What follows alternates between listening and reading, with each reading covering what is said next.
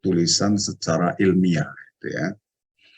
Kemudian tugasnya Anda ketik di komputer 20 halaman kuarto, ukuran 1,5 spasi. Kemudian setiap pendapat, opini, atau argumen yang Anda ambilkan dari sumber harus dicantumkan referensinya. Ya. Referensinya ini bukan semata Anda tuliskan di dalam daftar pustakanya, bukan. Tapi ketika Anda mengutip pendapat si A, mengutip pendapat si B, nah, pendapatnya si A seperti apa, Anda tuliskan menurut si A tadi tahun berapa. Katakan bahwa teori akuntansi adalah bla bla bla bla. Kemudian tugas bersifat individual, tidak boleh copy paste bagian dari karya atau teman Anda. Nah, ini kalau Anda terlalu tega melakukan itu, saya jadi tega nanti untuk tidak meluluskan Anda ya. Jadi sebaiknya Anda mulai mandiri untuk menyelesaikan tugas ini. Pilihan topiknya itu ya sesuai topik yang ada di dalam chapter, yang ada di dalam topik-topik pembahasan. Oke. Sama dengan topik yang dibahas. Cuman kalau kemarin Anda itu kan membuat RMK, membuat summary, gitu. Kemudian, nah sekarang cara Anda membuat ini. Misalnya ini ada kelas A, ada kelas B kalian ya. Kelas A, topik nomor ganjil. Dari nomor ganjil itu name kalian yang ganjil. Sorry ya. Kelas A ini mengambil topik yang nomornya ganjil 1357. Ini 1357. Paham ya? Paham? Kelas A. Yang kelas B berarti yang nomor genap. 2, 4, 6. Bisa dipahami? Paham ya? Untuk nomor ganjil di kelas A, pilih nomor 1 dan 3. Berarti ini yang NIM-nya ganjil. Misalnya, Feby, kamu NIM-nya berapa? 31, Pak. 31. Belakangnya atau depan itu? Belakang. Nah, berarti kamu belakang 31 ya ganjil. Kamu pilih nomor 1 atau 3. 1 atau 3. Dan bagi yang kena, pilih nomor 5 atau 7. Oke. Bisa dipahami ya. Kemudian yang kelas B, untuk nomor yang ganjil, NIM yang ganjil, pilih nomor 2 atau 4. Untuk nomor yang genap, pilih nomor 4 atau 4. Oke. Bisa dipahami belum?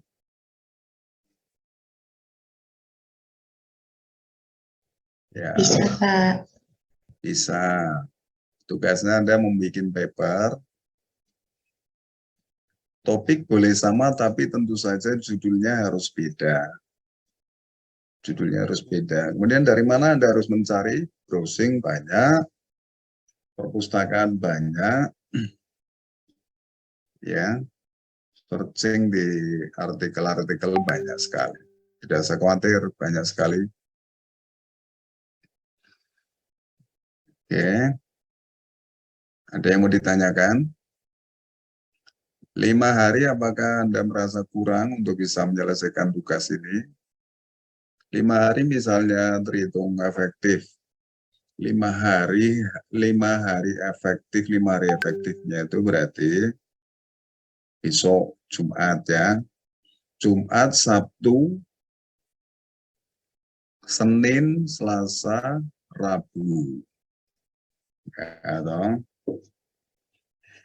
minggunya tidak dihitung. Jumat, Sabtu, Senin, Selasa, Rabu.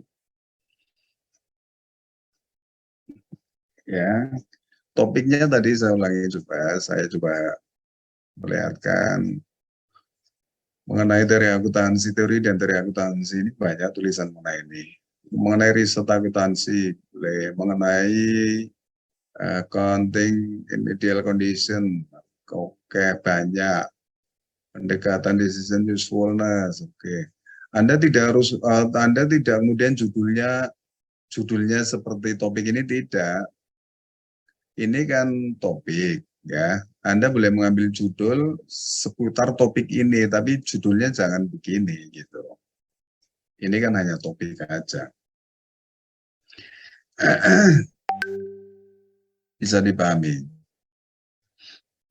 Saya tanya lagi, 5 hari efektif ini saya pikir cukup. Kalau Anda concern ya. Cukup ya. Kemudian jika sudah nanti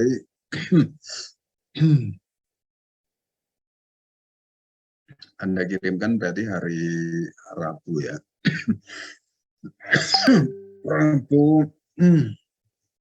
Rabu minggu depan. Mohon maaf Pak, kalau misalkan saya usul jadi 7 hari bagaimana? 7 hari kelamaan apa tidak?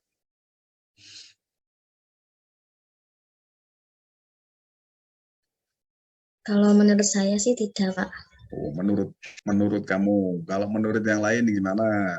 Kalau saya juga tidak kelamaan Pak, soalnya di matkul lain itu juga ada tugas yang lain kayak di Sempro juga, terus di mata kuliah audit juga disuruh bikin paper, jadi untuk tanggungan minggu depan tuh lumayan banyak gitu Pak. Tanggungannya lumayan banyak. Baik.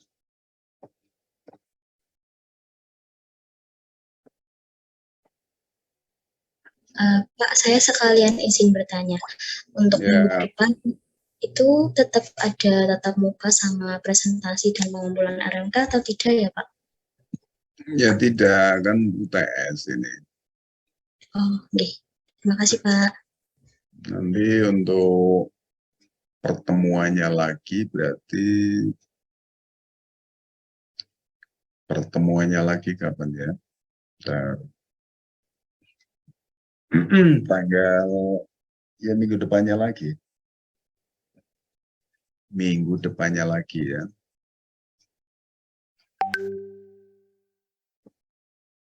Oke. Ada lagi yang mau ditanyakan? Anda sudah memfoto belum tadi share-share aja deh.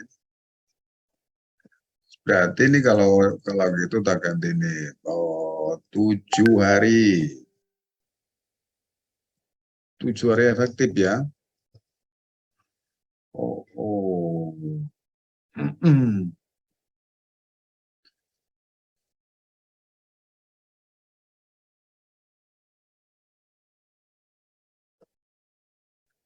7 hari efektif berarti hari ini hari ya berarti Jumat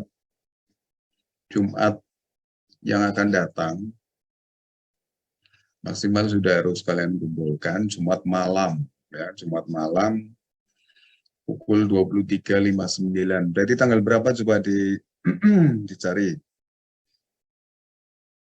Tanggal berapa itu? Jumat yang akan datang tanggal berapa? 21 Pak. Oke, tanggalnya di sini ya. 21 Oktober pukul 23.59 WIB. Anda kirim ke email saya ya. Dikirim dalam bentuk Word. Diberi identitas nama dan name kelas.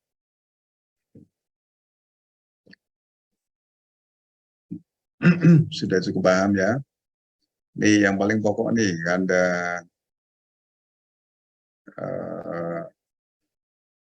coba Anda screenshot biar tidak keliru ya.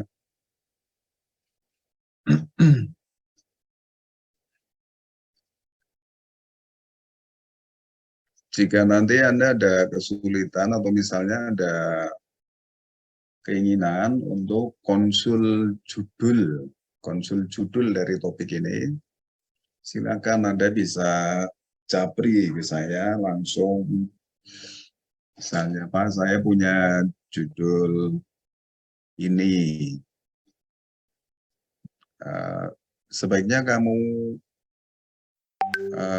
menyebutkan, kalau mau konsul, kamu menyebutkan, Pak, saya mau nulis ini dari paper-paper sebelumnya yang rata-rata membahas masalah ini, gitu. Nah, itu akan lebih bagus, sehingga nanti saya bisa mengkomparasi antara sumber terdahulu dengan yang akan kamu tulis sekarang.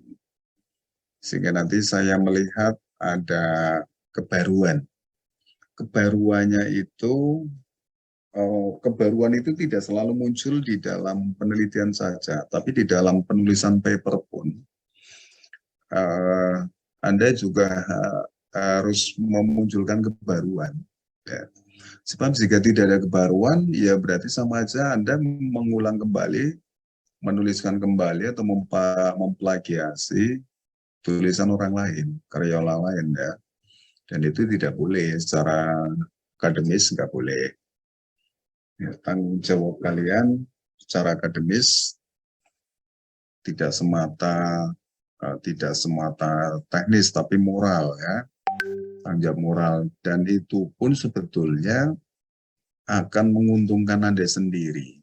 Menguntungkan dalam arti Anda mendisiplinkan diri atau Anda melatih diri untuk bisa memulai bertindak ilmiah gitu. Karena Anda kan semester yang akan datang sudah harus persiapan untuk untuk penulisan ilmiah, entah itu tugas akhir, skripsi, atau misalnya apapun ya. Jadi mulai dari sekarang Anda kalau berpikir itu rasional, ilmiah, dan kalau menulis juga menggunakan kaidah ilmiah. Gitu. Jadi jangan asal.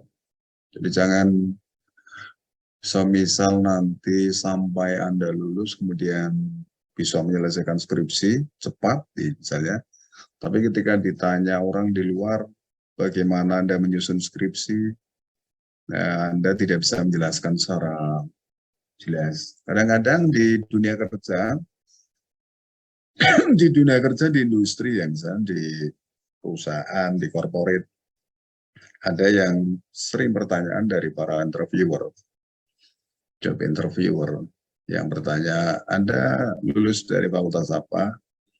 Topik yang Anda tulis waktu skripsi itu apa? Kemudian bagaimana cara Anda menulis, dan bagaimana Anda menyimpulkan, bagaimana kontribusi Anda terhadap penulisan tersebut. Industri aja bertanya semacam itu. Ibaratnya itu sudah jadi pertanyaan saya ketika saya diuji skripsi, Pak ya. Yaitu kan saat kamu ujian skripsi. Sekarang di dunia kerja, kenapa ada pertanyaan semacam itu? Ya, itu kan nggak ada hubungannya, Pak. Saya mau kerja bukan mau skripsi lagi. Tetap ada hubungannya, karena apa? Agar industri itu juga paham. Sebenarnya kalian lulus itu dengan cara yang benar atau tidak. Gitu.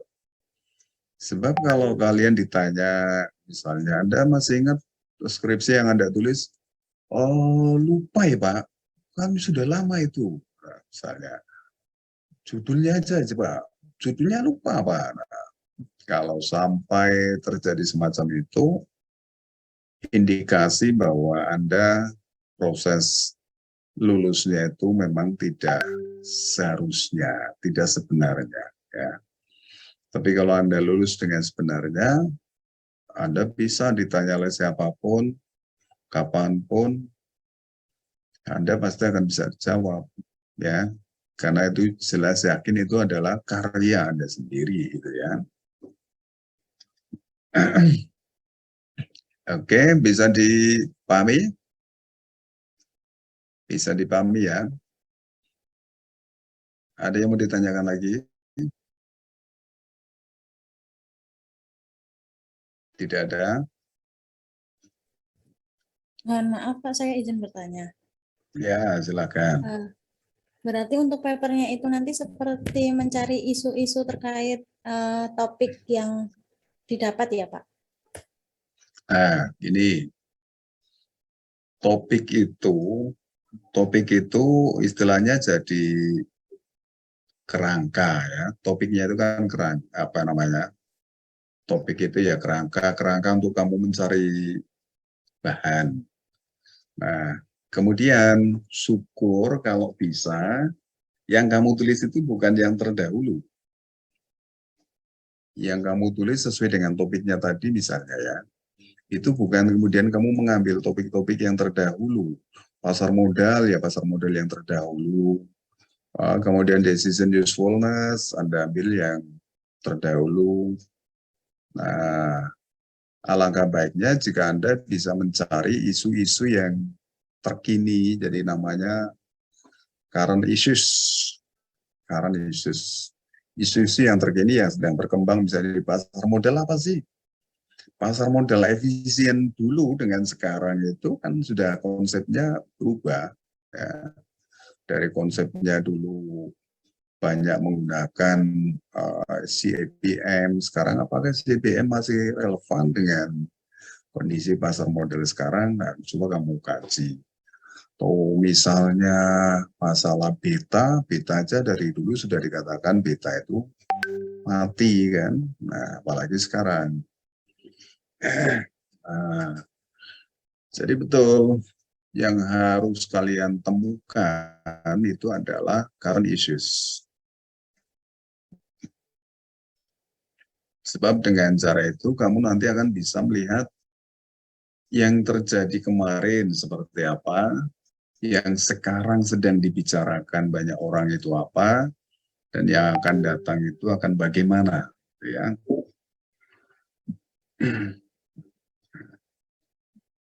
Paham ya? Current issues. Oke. Baik, Pak. Ada lagi? Terima kasih, Pak. Baik. Ada lagi? Pak, saya mau tanyakan ukuran kertasnya itu kuarto. Kuarto itu A4 itu bukan ya, Pak? Ya, Pak. Nanti kalau pakai yang legal, pakai yang F4 Anda kebanyakan. Ya. Kalau 2 spasi juga terlalu apa ya, terlalu anggrang-anggrang tau. Terlalu sedikit isinya. Kelihatan banyak tapi isinya dikit kalau 2 spasi. Kalau 1 spasi kan kelihatan padat isinya. Kaidah penulisan itu hampir sama dengan kaidah penulisan saat Anda menuliskan karya ilmiah, entah itu jurnal, ya, makalah, artikel, yang bersama cara mengutip bagaimana, cara menyajikan kutipan langsung seperti apa. Nah, termasuk sebetulnya misalnya Anda ingin belajar dari sekarang, ya misalnya Anda ini hanya paper misalnya. Paper itu ringan, tapi misalnya Anda gunakan kesempatan ini sebagai timing untuk belajar, ya berarti Anda gunakan sepenuhnya. Jadi misalnya Anda tadi saya suruh ketik pekerjaan Anda ke dalam komputer dengan Word misalnya. Itu bukan berarti kemudian Anda buka Word, ya setelah buka Word kemudian istilahnya Anda hanya ketik aja dan seterusnya. Ya sebetulnya itu eman-eman itu sama aja juga dengan Anda ngetik manual. Jadi misalnya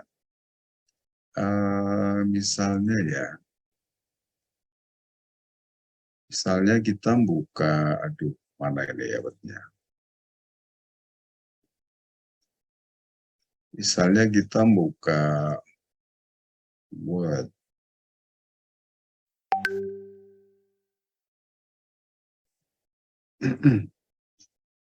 Nah, saat kita buka,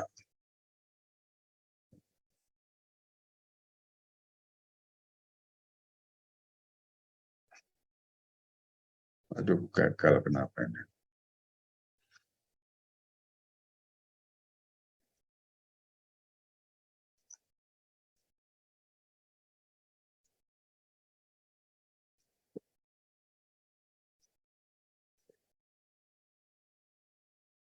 Jadi misalnya kita buka web seperti ini, kemudian Anda hanya ketikkan di sini, ketik. Aduh, mana ini tadi? Stop. Hanya Anda ketik melulu gitu ya misalnya. Itu sama aja Anda juga tidak memanfaatkan fitur-fitur yang ada di dalam web ini gitu. Jadi sebisa mungkin Anda gunakan banyak fitur yang ada di dalam web ini. Termasuk di sini ada saya coba alihkan. Ada reference. Nah, di sini ada reference. Ada reference, Anda bisa gunakan misalnya Anda di komputer, Anda install dengan aplikasi yang namanya Mendeley. Nah, setelah aplikasi Mendeley Anda input, nanti bisa nampak di sini, Anda bisa melakukan sitasi. Sitasi itu mengutip dari sumber atau literasi ilmiah lainnya. Kemudian Anda bisa gunakan nanti di sini beberapa fitur yang ada untuk menulis, sehingga nanti ketika Anda menulis referensinya dari siapa dan sebagainya, klik, kemudian referensi itu Anda masukkan ke dalam Mendeley Anda. Mendeley itu free ya, Anda bisa gunakan. Nah, sehingga nanti ketika Anda klik bibliografinya di sini, di bawah itu nanti sudah muncul seperti layaknya daftar pustaka. Jadi Anda tidak kemudian gini misalnya, menurut si A tahun 2000 misalnya, bla bla bla bla bla bla bla misalnya gini toh. Nah, ini kemudian di bagian bawah misalnya Anda tuliskan daftar pustaka di halaman berikutnya ya. Daftar pustaka misalnya. Kemudian bla bla bla bla bla bla, daftar pustakanya bla bla bla bla. Nah, ini Anda kerja secara manual, sama aja secara manual. Jadi bagaimana biar Anda itu bisa menggunakan engine yang ada di dalam Word ini, sehingga memudahkan Anda untuk bekerja. Termasuk misalnya nanti Anda tulis ini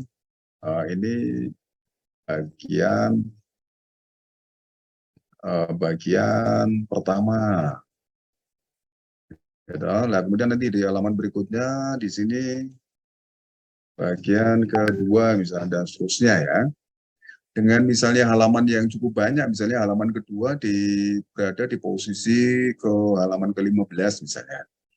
Anda tidak perlu kemudian kebiasaan Anda itu pasti adalah ingin coba buka halaman 15 ya di scroll naik turun gitu loh.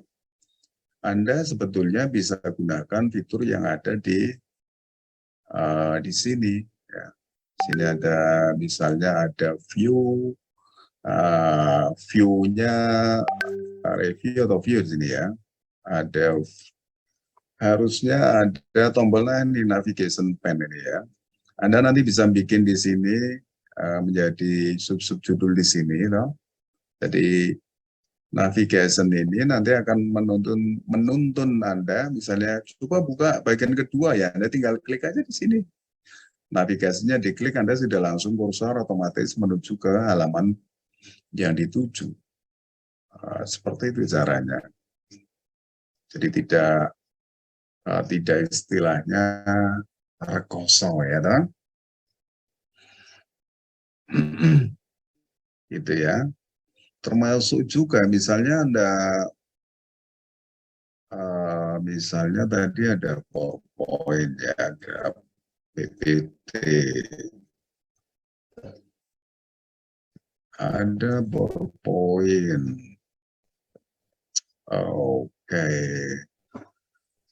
Di PowerPoint ini kan ada record juga nih. Nah, ada record. Nah, record ini jarang Anda gunakan ya. Sebaiknya kalau Anda pingin, misalnya Anda pingin, ini Anda PPL atau PLP atau belum ya? Belum ya. Kalau misalnya ada yang PLP, kemudian membuat materi untuk dijelaskan ke siswa di kelas. Nah, dengan cara seperti ini nanti misalnya di halaman 1 ini Anda merecord. Nah, dengan merecord ini ya, dengan merecordnya di sini nanti otomatis audionya ketika dibuka halaman ini suara Anda muncul gitu kan. Nah, itu contohnya gitu ya. Jadi ketika Anda menggunakan Office, entah itu Excel, entah itu Word, entah itu PowerPoint atau lainnya, sebaiknya yang Anda gunakan bukan semata fitur-fitur yang minim, yang otomatis Anda seolah juga sedang bekerja secara manual. Tapi Anda bisa gunakan engine-nya, gunakan engine-nya yang ada di dalam setiap Office tadi, sehingga Anda bisa mengeksplor lebih banyak fitur-fitur yang ada dan sangat canggih sekali. Oke, gitu ya. Ada yang mau ditanyakan lagi? Saya coba screenshot dulu. Sebentar ya, saya screenshot dulu nih. Halaman 1.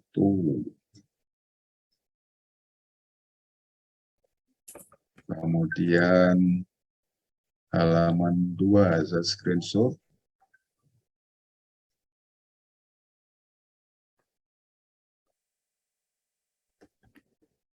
Halaman 3.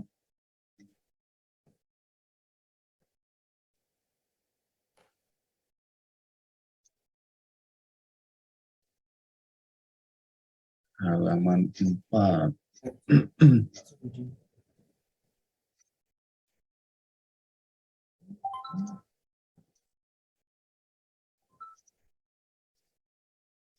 Oke, ada yang mau ditanyakan lagi?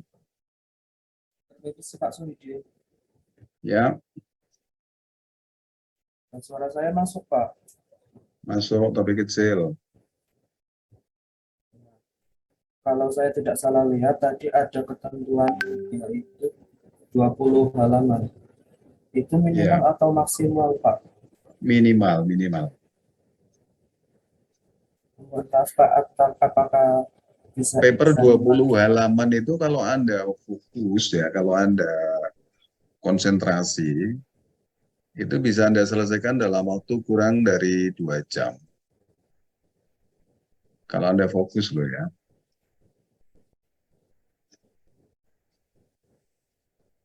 Boleh dikurangi tidak nih, Pak? Gimana Karin? Boleh dikurangi tidak nih, Pak? Minimal. Oh, tadi saya bilang 20 itu kalau Anda fokus 1 jam aja selesai kok.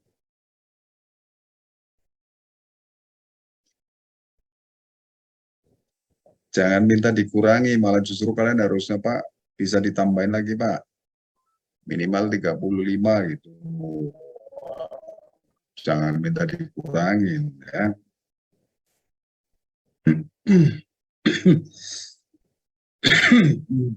Ada lagi?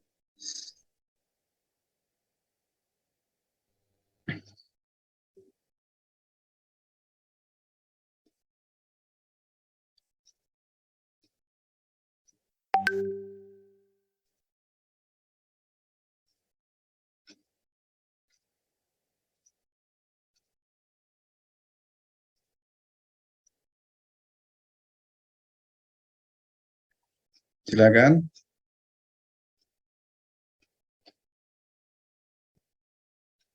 Baik, kalau tidak ada, saya akhiri ya. Jika nanti ada yang bingung, sungkan bertanya, Anda boleh bertanya di grup boleh atau japri ke saya boleh. Anda bisa konsul judulnya, jika ingin istilahnya tidak salah atau istilahnya di masa Anda sudah menghabiskan energi banyak ternyata kurang tepat misalnya, atau misalnya kurang bagus misalnya ya. Jadi sebaiknya, makanya tadi yang saya sarankan juga, topik-topik yang Anda angkat itu adalah yang kekinian, yang current issues ya. Oke, jika tidak ada, saya akhiri ya. Saya tunggu nanti hasil pekerjaan kalian, dan saya tunggu jika ada yang mau konsul mengenai judul yang akan ditulis atau topik yang akan diangkat di dalam paper itu. Terima kasih, sampai ketemu minggu depan. Saya akhiri, selamat malam. Maaf, Assalamualaikum Pak. warahmatullahi wabarakatuh. Maaf, Gitu. Pak. Gimana Ines? Pak, tadi itu dari kelas B itu ada beberapa anak yang Ya belum sudah, absen. Oh, ya enggak. sudah. Makanya kan kalau sudah diinfokan kan oleh temanmu, kalau sudah diinfokan, makanya kamu harus teliti dengan informasi ya. Itu untuk melatih agar Anda itu lebih teliti di dalam menerima informasi ya. Jadi jangan kemudian mengabaikan, jangan kemudian apa istilahnya, atau misalnya lupa saya sedang sibuk tadi lagi magang misalnya. Ya kalau sudah ada pemberitahuan kan dari pagi tadi itu, dari pagi sudah kami infokan lewat tanggung jawab ya. Jadi biar Anda juga terkondisi untuk apa ya, fast respon, terkondisi untuk bisa apa namanya cepat menyesuaikan dengan informasi. Baik, terima kasih. Saya akhiri. Selamat malam. Assalamualaikum warahmatullahi wabarakatuh. Waalaikumsalam warahmatullahi wabarakatuh. Terima kasih semuanya.